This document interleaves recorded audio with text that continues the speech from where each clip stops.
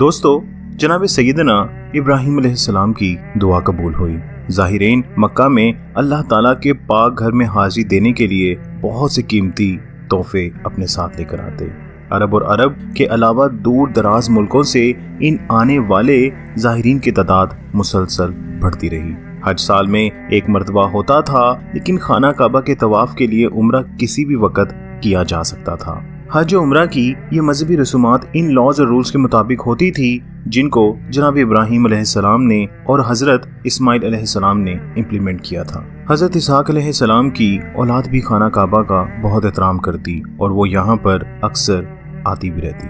خیر، وقت گزرنے کے ساتھ ساتھ اللہ تعالیٰ کی عبادت کی پاکیزگی میں فطور پیدا ہو گیا۔ اولاد اسماعیل علیہ السلام کی تعداد میں اتنا اضافہ ہوا کہ ان کے لیے وادی مکہ میں رہنا مشکل ہو گیا۔ جو لوگ وادی سے نکلے وہ اپنے ساتھ خانہ کعبہ کے اطراف سے پتھر اٹھا کر لے گئے اور ان پتھروں کو کعبہ کی علامت بنا کر اپنی مذہبی رسومات انجام دینے لگے، اور بعد میں اپنے ارد گرد بسنے والے بت پرست قبائل کے عقائد سے متاثر ہو کر خانہ کعبہ سے لائے گئے پتھروں کے ساتھ ساتھ بتوں کا بھی اضافہ کر لیا۔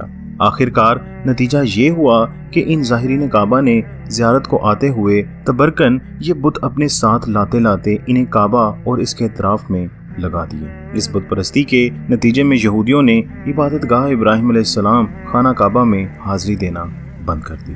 دوستو، بت پرستوں کا عقیدہ تھا کہ ان کے بتوں کے پاس وہ طاقتیں ہیں جو انسانوں اور خدا کے درمیان سفارش کرنے کے فرائض انجام دیتی ہے، اور اس وجہ سے ان کا اللہ تعالیٰ سے براہ راست جو ایک رشتہ تھا وہ کم سے کم ہوتا چلا گیا۔ ان بت پرستوں اور اللہ تعالیٰ کی ذات کے درمیان بتوں کی دیوار کھڑی ہونے کی وجہ سے وہ آخرت کے دن کو بھی ماننے سے انکار کر بیٹھے، اور اس کے ساتھ ان کا اس چیز پر بھی ایمان ختم ہو گیا کہ موت کے بعد انسان دوبارہ زندہ ہوگا۔ لیکن اس اکثریت کے درمیان کچھ ایسے لوگ بھی موجود رہے جو ہمیشہ حق کی راہ ڈھونڈنے میں لگے رہے۔ زمزم کو چھپائے جانے کے بعد ان کی زمزم تک رسائی ختم ہو چکی تھی۔ انہیں یہ بھی یاد نہ رہا تھا کہ زمزم کا چشمہ کہاں بہتا ہے۔ اس ساری خرابی کی جڑ قبیلہ جرہم کے وہ لوگ تھے جو یمن سے آ کر مکہ پر قابض ہو گئے تھے۔ دوستو، حضرت اسماعیل علیہ السلام کی دوسری بیوی جو جرہم کے قبیلے سے تعلق رکھتی تھی، اسی وجہ سے مکہ کے مقامی لوگوں نے انہیں بہت دیر تک برداشت کیا، لیکن جب ان کی کرپشن اور بے انصافیاں انتہا پر پہنچ گئیں تو مکہ کے لوگ انہیں نکالنے پر مجبور ہو گئے۔ یہی بنو جرہم مکہ سے جاتے جاتے زمزم کو بند کر گئے۔ ان کا یہ عمل انتقامی بھی ہو سکتا ہے اور اس عمل کے پیچھے ان کی واپسی کی توقع بھی ہو سکتی ہے۔ خیر، انہوں نے حرم مقدس میں جمع شدہ خزانے کو زمزم میں دفن کر کے اوپر سے مٹی ڈال دی۔ اب ان کے جانے کے بعد مکہ پر قبیلہ خزار نے حکومت کرنا شروع کر دی۔ یہ ایک عربی قبیلہ تھا جو اولاد اسماعیل علیہ السلام سے تھا اور مکہ کو چھوڑ کر یمن میں بس چکا تھا۔ ان خزاریوں نے بھی اس چشمہ یعنی زمزم کو تلاش کرنے کی کوئی کوشش نہ کی جو اولاد اسماعیل علیہ السلام کو معجزانہ طریقے پر عطا کیا گیا تھا۔ ان کے زمانے اور بعد کے لوگ دوسرے کنویں کھودتے رہے، پر اللہ تعالیٰ کی طرف سے جو زمزم کا ایک تحفہ ملا تھا اس کو بھول گئے اور صرف ایک افسانہ سمجھ بیٹھے۔ اس طرح خزار بھی جرہم کے جرم میں نہ صرف برابر کے شریک ٹھہرے، بلکہ خزار کے ایک سردار نے ملک شام سے واپسی کے دوران موابیوں سے ایک بہت بڑا بت منگوا کر خانہ کعبہ کے اندر لگا دیا۔ حبل نام کا یہ بت مکہ کا سب سے اہم بت قرار پایا۔ دوستو، ابراہیم علیہ السلام کی اولاد میں سے ایک بہت بڑا طاقتور قبیلہ قریش کا تھا۔ سیدنا عیسیٰ علیہ السلام کے تقریباً 400 سال بعد قریش کے ایک نامور فرد قصی نے بنو خزار کے سردار کی بیٹی سے شادی کر لی۔ خزار کے سردار خلیل کی وفات کے بعد ان کی جانشینی کے مسئلے پر زبردست جنگ ہوئی اور میوچل انڈرسٹینڈنگ کے ذریعے مکہ کی سرداری اور خانہ کعبہ کی حفاظت کی ذمہ داری خلیل کے بیٹوں کی بجائے ان کے نامور قریشی داماد قصی کے ہاتھ آ گئی۔ اس سرداری کے بعد قصی نے اپنی قریبی قریشی رشتہ داروں کو وادی مکہ میں لا کر حرم کے آس پاس بسا دیا۔ ان کے بھائی زہرہ، چچا تیم اور ایک اور چچا کے بیٹے کے علاوہ چند دوسرے قریبی رشتہ داروں کے حرم کے آس پاس رہائش کی وجہ سے وادی مکہ کے قریش کہلائے، جبکہ ارد گرد کی پہاڑیوں اور مضافات کے قریش کو مضافاتی قریشی کہا جانے لگا۔ قصی ان سب کا بلا شرکت سردار تھا۔ یہ لوگ حجاج اور ظاہرین کی کفالت کے لیے ہر سال نذرانہ ادا کیا کرتے تھے۔ قصی نے اپنے لیے ایوان مجلس یعنی ایک پارلیمنٹ ہاؤس کے نام سے ایک وسیع محل کی تعمیر کے ساتھ ساتھ اپنے رشتہ داروں کو بھی حرم کے ارد گرد پکے مکانوں کی تعمیر کی اجازت دی۔ یوں پہلی مرتبہ حرم کے ارد گرد خیموں کی بجائے پکے مکانوں کی تعمیر بھی شروع ہو گئی۔ سب کچھ بہت اچھا چل رہا تھا۔ پھر قصی نے ایک ایسا فیصلہ کیا جس کا تنازع آنے والی نسلوں تک جاری رہنا تھا۔ قصی نے اپنی پرانی روایات کے برعکس اپنی اولاد میں سے ممتاز اور معزز عبد المناف کی بجائے اپنے نااہل بیٹے عبد دار کے لیے مرتے وقت یہ وصیت چھوڑی کہ میرے بیٹے، میں تجھے دوسرے بھائیوں کے ہم پلہ کروں گا۔ گویا کہ عام لوگ تیرے مقابلے میں دوسروں کو ترجیح دیتے ہیں۔ خانہ کعبہ میں کوئی داخل نہ ہو سکے گا اور قریش میں کوئی جنگ شروع نہیں کر سکتا جب تک تیری اجازت نہ ہو، اور نہ مکہ میں حاجی زمزم سے پانی نکال کر پی سکیں گے تیری اجازت کے بغیر۔ کسی کو کھانے کو کچھ نہ مل سکے گا جب تک تو اسے نہ دے گا، اور نہ ہی قریش کسی مسئلے پر فیصلہ کرنے کا حق رکھتے ہیں سوائے اس کے کہ وہ فیصلہ تیرے گھر میں کیا گیا ہو۔ دوستو، اس طرح تمام تر رائٹس اور پاورز کے مل جانے کے بعد اس نے ایوان مجلس کی ملکیت عبد دار کے نام کر دی۔ عبد المناف نے بغیر کسی ناراضگی کے اپنے والد کا یہ حکم مان لیا۔ لیکن جب دوسری نسل آئی تو قریش اپنے دور کے سب سے نمایاں شخص عبد المناف کے بیٹے ہاشم کے گرد جمع ہو گئے اور مطالبہ کیا کہ خاندان عبد دار سے تمام پاورز واپس لے کر بنو ہاشم کے سپرد کر دی جائیں۔ جن لوگوں نے ہاشم اور ان کے بھائیوں کی حمایت کی وہ زہرہ اور تیم کی اولاد سے تھے۔ مخدوم کی اولاد اور دیگر رشتہ داروں کی اولاد سے تعلق رکھنے والوں کا موقف تھا کہ خاندان عبد دار میں ہی تمام پاورز برقرار رہیں گی۔ جذبات میں جوش کی انتہا یہ تھی کہ بنی عبد المناف کی عورتوں نے بڑے مہنگے اور اعلیٰ قسم کے عطریات یعنی خوشبوؤں کا بھرا ہوا پیالہ لا کر خانہ کعبہ کی دیوار کے ساتھ رکھ دیا، اور ہاشم اور ان کے سب بھائیوں اور حمایتیوں نے اپنی انگلیاں اس پیالے میں ڈبو کر قسم کھائی اور یہ وعدہ کیا کہ وہ ایک دوسرے کا ساتھ کسی بھی حالت میں نہ چھوڑیں گے۔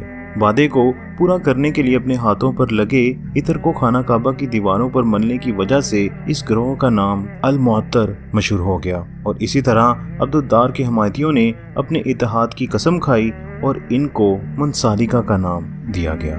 دوستو، خانہ کعبہ کے اطراف میں لڑائی جھگڑا خون ریزی سختی سے منع تھی، اس لیے اس بات کا ڈر تھا کہ اگر یہ گروپس مکہ سے باہر چلے جاتے ہیں تو ان کے درمیان ایک بہت بڑی خون ریزی جنگ کا سلسلہ شروع ہو سکتا ہے۔ اسی ڈر کی وجہ سے دونوں پارٹیز جس سمجھوتے پر راضی ہوئیں، ان کے مطابق یہ طے پایا کہ عبد المناف کی اولاد کو نذرانہ عائد کرنے کا اختیار ہوگا، اور جو دوسرے شہروں یا ملکوں سے خانہ کعبہ حج یا عمرہ کرنے آتے ہیں ان کی حفاظت کی ذمہ داری بھی ان کی ہوگی، جبکہ عبد دار کی اولاد خانہ کعبہ کی حفاظت کرتی رہے گی، اور دیگر فرائض کے ساتھ ساتھ مجلس شورا کے اجلاس بھی پہلے کی طرح ان کے ہی ایوان میں ہوں گے۔ ہاشم کے سب بھائیوں نے اس بات پر اتفاق کیا کہ وہ حجاج کی خدمت کی ذمہ داریاں سنبھالیں گے۔ جب حج کا زمانہ قریب ہوتا تو وہ مجلس شورا میں کھڑے ہو کر اعلان کرتے کہ اے قریش کے لوگوں، تم اللہ کے پڑوسی ہو، تمہارا تعلق اللہ کے گھر سے ہے، اللہ کے مہمان تمہارے پاس آنے والے ہیں جو بیت اللہ کے حاجی اور ظاہرین ہیں، وہ سب اللہ کے مہمان ہوں گے، اور کسی دوسرے مہمان کا تمہاری ثقافت پر اتنا حق نہیں جتنا اللہ کے مہمانوں کا ہے۔ اگر میں یہ تمام ذمہ داریاں خود نبھا سکتا تو میں تم پر کبھی بھی بوجھ نہ ڈالتا۔ دوستو، سیدنا ہاشم کی بڑی عزت تھی، اپنے وطن میں بھی اور باہر کے ممالک میں بھی۔ یہ ہاشم ہی تھے جنہوں نے مکہ سے 2 کاروانوں کے سفر کا آغاز کیا تھا، سردیوں میں ملک یمن اور گرمیوں میں شمال مغربی عرب علاقوں، اور اس سے آگے فلسطین اور شام کی طرف جو باذدین حکومتیں تھیں اور سلطنت روما کا مشرقی علاقہ کھلاتے تھے۔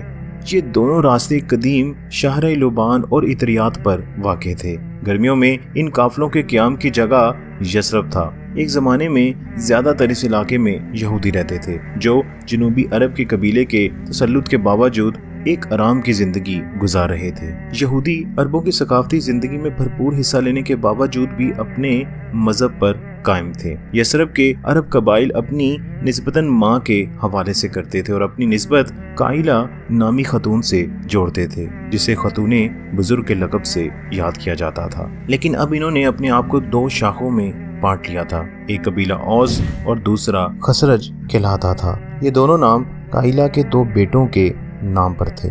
مسلمہ بنت عمر خزرج کی بہت ہی با اثر خاتون تھی۔ ان کا تعلق بنو نجار سے تھا۔ سیدنا ہاشم نے ان سے شادی کرنے کی خواہش ظاہر کی۔ خاتون نے اپنے ذاتی معاملات میں خود مختاری کی شرط پر یہ درخواست قبول کر لی۔ ایک بنیادی شرط یہ بھی تھی کہ جب ان کا بیٹا ہوگا تو وہ اس کو یثرب میں ہی تب تک اپنے پاس رکھیں گی جب تک وہ 14 سال سے زیادہ کی عمر کا نہیں ہو جاتا۔ سیدنا ہاشم کو اس پر کوئی اعتراض نہ تھا، کیونکہ نہ صرف مکہ کے مقابلے میں یثرب کی آب و ہوا بہت بہتر تھی، بلکہ بیوی بچے کے یثرب میں قیام سے سیدنا ہاشم کو ملک شام کے سالانہ سفر کو آتے جاتے ان کے ساتھ قیام کرنے کی سہولت بھی میسر ہو جاتی۔ شادی کے بعد سیدنا ہاشم کی زندگی نے زیادہ دیر وفا نہ کی اور ایک سفر کے دوران وہ فلسطین میں غزہ کے مقام پر بخار میں مبتلا ہو کر وفات پا گئے۔ ہاشم کے 2 سگے بھائی عبد الشمس اور مطلب اور ایک ستیلے بھائی نوفل تھے۔ عبد الشمس تجارتی معاملات میں مصروفیت کی وجہ سے زیادہ تر ملک شام اور یمن میں رہتے تھے۔ نوفل اپنی تجارتی سرگرمیوں کی وجہ سے زیادہ تر عراق میں رہتے تھے۔ ان بھائیوں کی غیر موجودگی اور دیگر وجوہات کی وجہ سے سیدنا ہاشم کے چھوٹے بھائی سیدنا مطلب نے حاجیوں کی دیکھ بھال کی ذمہ داری رکھی، لیکن اب ان تمام ذمہ داریوں کے بوجھ سے بخوبی نپٹنے کے لیے وہ کسی جانشین کی ضرورت محسوس کرنے لگے۔ مطلب کے بڑے بھائی ہاشم کی اپنی زوجہ سلمہ کے علاوہ دوسری بیویوں سے بھی 3 بیٹے تھے، لیکن ہاشم اور مطلب کے بیٹوں میں سے جو کچھ سلمہ کے بیٹے شہبہ کی صلاحیتوں کے بارے میں مشہور ہو رہا تھا، اس کے پیش نظر مطلب نے یثرب جا کر شہبہ سے ملنے کا فیصلہ کیا۔ شہبہ سے مل کر سیدنا مطلب نے شہبہ کی کم عمری کے باوجود وہ تمام خوبیاں ان کے اندر پائیں جو مکہ میں ان کے خاندان کی وراثت کو سنبھالنے کے لیے ضروری تھی۔ انہوں نے سیدنا سلمہ سے شہبہ کو مکہ لے جانے کی ریکویسٹ کی۔ سیدنا سلمہ کے لیے بیٹے کی جدائی کا خیال ایک مشکل فیصلہ تھا، لیکن سیدنا مطلب نے انہیں یہ بات بتائی کہ مکہ میں شہبہ کو جو عزت اور مقام حاصل ہو سکتا ہے وہ یثرب میں رہ کر ان کو نہیں مل سکتا۔ خانہ کعبہ کی حیثیت وہ کعبہ جو پورے عرب میں ایک عظیم زیارت کا مرکز سمجھا جاتا ہے۔ قریشیوں کی عظمت اور توقیر عرب کے کسی بھی قبیلے کے مقابلے میں بلند تر تھی، اس لیے اس بات کا امکان زیادہ تھا کہ ایک دن شہبہ اپنے باپ کی طرح قبیلہ قریش کا سردار بنے گا۔ لیکن ان تمام آبجیکٹیوز کو حاصل کرنے کے لیے شہبہ کو اپنی ماں اور اپنے شہر کو چھوڑنا پڑے گا۔ سیدنا سلمہ اپنے بیٹے کے روشن مستقبل کی امید پر بیٹے سے جدا ہونے پر راضی ہو گئی اور کہا کہ اگر ان کو بیٹے سے ملنے کی سہولت میسر رہی تو وہ شہبہ کو مکہ بھیجنے کے لیے تیار ہیں۔ اور پھر سیدنا مطلب نے اپنے بھتیجے کو اپنے پیچھے اونٹ پر سوار کیا۔ جیسے ہی وہ مکہ کی جانب روانہ ہوئے تو راستے میں چند لوگوں نے ایک اجنبی کو مطلب کے ہمراہ دیکھ کر پوچھا، عبد المطلب یعنی مطلب کا غلام؟ مطلب نے جواب میں کہا کہ یہ میرے بھائی ہاشم کا بیٹا ہے۔ جس مذاق میں ڈوبے ہوئے یہ الفاظ کہے گئے تھے وہ آنے والے مستقبل کا آغاز تھا، جو لوگوں کے منہ سے غلط فہمی کی وجہ سے نکلنے والے لفظوں سے ہوا۔ شہبہ نامی نوجوان کے لیے عبد المطلب کا نام عمر بھر محبت اور عقیدت کی علامت بن گیا۔